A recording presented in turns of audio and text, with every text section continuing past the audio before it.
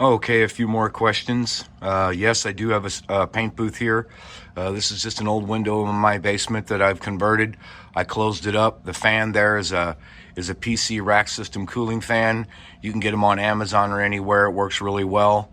As you can see, we sure use it, from my granddaughters to myself. It gets plenty of action. I just have it hooked up to a simple light switch above.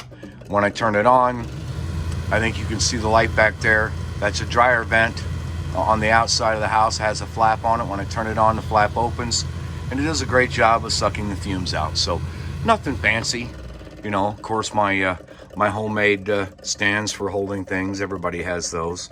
Over here, as far as for cutting plastic and even light brass, I have a heavier duty cutter right here.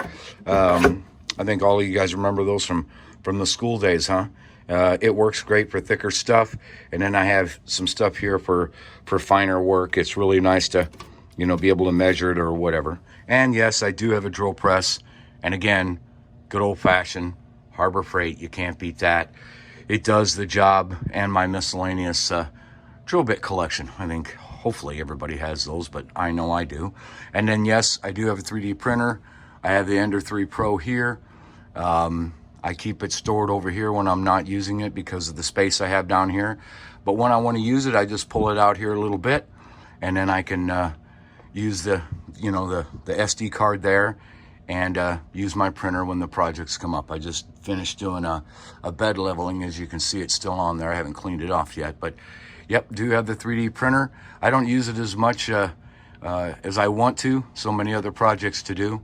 I have plenty of wire, or the PLA back there, thanks to some friends' donations. Really appreciate that. So I think that covers just about the rest of everything else. So yeah, the paint booth. These are my boxes that I store my tires in. Everybody's got storage systems like that. You know, nothing fancy. So as you go around, then we're back over here to the shop. So anyway, I hope that helps answer a few more of your questions. And yes, someone asked about the resin casting and everything else. Yes, I do that. I just have the basic stuff here. There's my vacuum pump, my tank for vacuuming the silicone, you know, the tools that I use for the resin. You know, these little tubs are where I store my my molds and everything when they're finished. You know, just simple stuff to let me know where the molds are, you know, to keep them good. And then I have my pressure tank over here, and I have it mounted. And again, can anybody guess where I got it? That's right, Harbor Freight. It works just fine. I got it secured down here. It's always worked well. No issues at all. And I have a small pancake compressor to do that. So as far as over here, yes, that's my RC workbench. I know the dark side, but you know, I got to have room to work. So anyway, that covers the resins.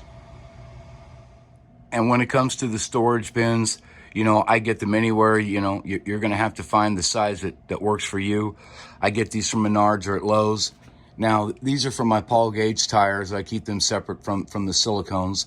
And something interesting, you know, that might help you is go to the Avery.com site, you know, the company that makes these labels, these white labels. And you can go on there and you can customize your labels. So that's what I did. I did an article on this a couple of years ago, but that's how I make my labels for my tires, you know, and then I do it by the numbers. I know the Paul Gage number system pretty well, but I also put, you know, sometimes, you know, what cars maybe that they fit, just as a reminder. But Avery.com, whenever you buy these labels, just go on there. They got a great page there for customizing these.